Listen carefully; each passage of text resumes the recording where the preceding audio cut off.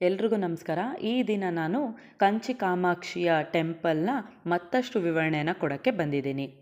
ಈ ಹಿಂದೆನೇ ನಾನು ಹೇಳಿರೋ ಹಾಗೆ ಕಂಚಿ ಕಾಮಾಕ್ಷಿ ದೇವಿ ತನ್ನ ಕಣ್ಣಿನಿಂದನೇ ಎಲ್ಲ ಭಕ್ತರ ಡಿಸೈರ್ಸ್ ಅಂದರೆ ಬಯಕೆಗಳನ್ನ ಈಡೇರಿಸ್ತಾರೆ ಅಂತ ಹೇಳಿದ್ದೀನಿ. ಈಗ ಈ ಕಂಚಿ ಕಾಮಾಕ್ಷಿ ಟೆಂಪಲ್ನಲ್ಲಿ ಅನೇಕ ಸ್ಥಳಗಳು ಅಂದರೆ ಚಿಕ್ಕ ಚಿಕ್ಕ ದೇವರ ಒಂದು ವಿಗ್ರಹಗಳಿದೆ. ಅದಕ್ಕೂ ಅದರದೇ ಆದಂಥ ಒಂದು ವಿವರಣೆ ಇದೆ. ಅದ್ರ ಬಗ್ಗೆ ಇವಾಗ ತಿಳ್ಕೊಳ್ಳೋಣ. ಮೊದಲು ಕಂಚಿ ಕಾಮಾಕ್ಷಿ ಟೆಂಪಲ್ನಲ್ಲಿ ಒಂದು ಹಾಲ್ ಇದೆ. ಅಲ್ಲಿ 24 ಪಿಲ್ಲರಿಂದ ಆ ಹಾಲ್ನ ನಿರ್ಮಾಣ ಮಾಡಿದ್ದಾರೆ. ಇಲ್ಲಿ ಲಲಿತಾ ಸಹಸ್ರನಾಮವನ್ನು ಈ 8 ವಾಗ್ದೇವತೆಗಳು ಏನು ಗಾಡೆಸಸ್ ಆಫ್ ಸ್ಪೀಚ್ ಅಂತ ಕರಿತೀವಲ್ಲ, ಅವರು ಪ್ಯಾರೆಟ್ ರೂಪವನ್ನು ತಾಳಿ ಈ ಲಲಿತಾ ಸಹಸ್ರನಾಮವನ್ನು ರಚನೆ ಮಾಡಿದ್ದಾರೆ ಎಂಬ ನಂಬಿಕೆ ಮತ್ತು ಉಲ್ಲೇಖ ಇದೆ. ನಂತರ ಈ ಲಲಿತಾ ಸಹಸ್ರನಾಮವನ್ನು ವಿಷ್ಣುವಿನ ರೂಪವಾದಂಥ ಹಯಗ್ರೀವರು ಭೂಮಿಗೆ ಬಂದು ಅಗಸ್ತ್ಯ ಮುನಿಗರಿಗೆ ಈ ಒಂದು ಲಲಿತಾ ಸಹಸ್ರನಾಮವನ್ನು ಬೋಧಿಸಿ ನಂತರ ಇದು ಮುನಿ ಪರಂಪರೆಯಾಗಿ ನಮ್ಮೆಲ್ಲರಿಗೂ ಇಂದಿಗೂ ಲಲಿತಾ ಸಹಸ್ರನಾಮವನ್ನು ಪಠನೆ ಮಾಡುವಂಥ ಹಾಗೂ ಕೇಳುವಂಥ ಸೌಭಾಗ್ಯವನ್ನು ನೀಡಿದ್ದಾರೆ.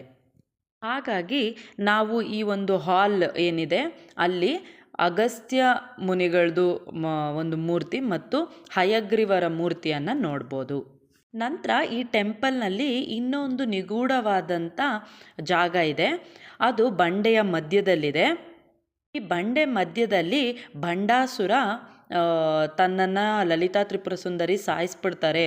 ಯಾವಾಗ ಭಂಡಾಸುರನ ಪುತ್ರರನ್ನು 30 ಪುತ್ರರನ್ನು ಬಾಲ ತ್ರಿಪುರ ಸುಂದರಿಯ ಅಂಶವಾದಂಥ ಲಲಿತಾ ತ್ರಿಪುರ ಸುಂದರಿ ಸಾಯಿಸ್ತಾರೋ ತನ್ನನ್ನು ಸಾಯಿಸ್ಬಿಡ್ತಾರೆ ಅಂತ ಆ ಬಂಡೆಯ ಮಧ್ಯದಲ್ಲಿ ಬಂದು ಸೇರಿಕೊಂಡಿರ್ತಾನೆ. ಈ ಒಂದು ಸಮಯದಲ್ಲಿ ಎಲ್ಲರೂ ಸಹ ಆದಿಪರಾಶಕ್ತಿಯನ್ನು ಬೇಡ್ಕೊಂಡಾಗ ತ್ರಿಪುರ ಸುಂದರಿ ಅಲ್ಲಿಗೆ ಬಂದು ಈ ಒಂದು ಭಂಡಾಸುರನನ್ನು ಕೊಲ್ತಾರೆ.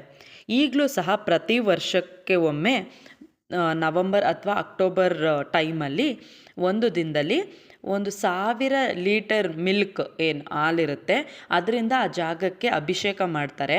ಹಾಗೂ ದೇವಿಯನ್ನು ಪ್ರಾರ್ಥನೆ ಮಾಡಿಕೊಂಡಿದ್ದ ತಕ್ಷಣ ಒಂದು ಹನಿ ಆ ಒಂದು ಮಿಲ್ಕ್ ಅದರಲ್ಲಿ ಬಂಡೆಯಲ್ಲಿರಲ್ಲ, ಅದು ಎಲ್ಲಿ ಹರ್ಕೊಂಡು ಹೋಗುತ್ತೆ ಅನ್ನೋದು ಈಗಲೂ ಸಹ ನಿಗೂಢವಾಗಿದೆ.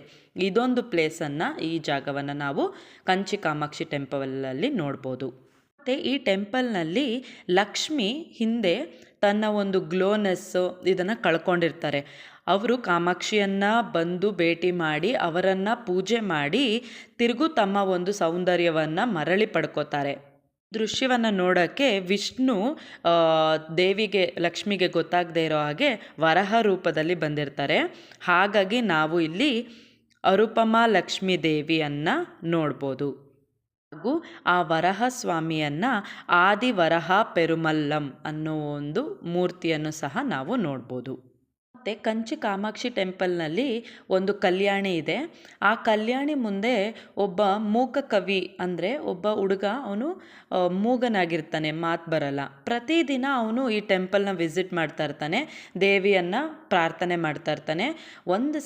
ಒಂದು ದಿನ ಅವನಿಗೆ ದೇವಿನೇ ಒಂದು ವಾಗ್ದೇವತೆಯಾಗಿ ಬಂದು ಅವನಿಗೆ ಬ್ಲೆಸ್ ಮಾಡ್ತಾರೆ. ಆ ದಿನದಿಂದ ಅವನು ಡಿವೈನ್ ಪೊಯೆಟ್ ಆಗಿ 500ಕ್ಕೂ ಹೆಚ್ಚು ಪೊಯೆಟ್ರಿಗಳನ್ನ ದೇವಿಯನ್ನು ಹೊಗಳಿ ಬರ್ತಾನೆ. ಸೇಮ್ ಈಗ ನಾವು ಕಾಳಿದಾಸನ ಸ್ಟೋರಿ ಏನು ತಗೋತೀವೋ ಅದೇ ರೀತಿ ಈ ಮೂಕ ಕವಿಯ ಒಂದು ವಿಗ್ರಹವನ್ನು ಸಹ ನಾವು ಅಲ್ಲಿ ಕಂಚಿ ಕಾಮಾಕ್ಷಿಯಲ್ಲಿ ನೋಡ್ಬೋದು. ಇದಿಷ್ಟು ಕಂಚಿ ಕಾಮಾಕ್ಷಿ ಟೆಂಪಲ್ನ ವಿವರಣೆ. ನೀವು ಈ ಟೆಂಪಲ್ನ ವಿಸಿಟ್ ಮಾಡಿದಾಗ ಈ ಎಲ್ಲ ಜಾಗವನ್ನು ನೋಡಿ ಇದರ ಅರ್ಥವನ್ನು ತಿಳ್ಕೊಳ್ಳಿ. ಧನ್ಯವಾದಗಳು.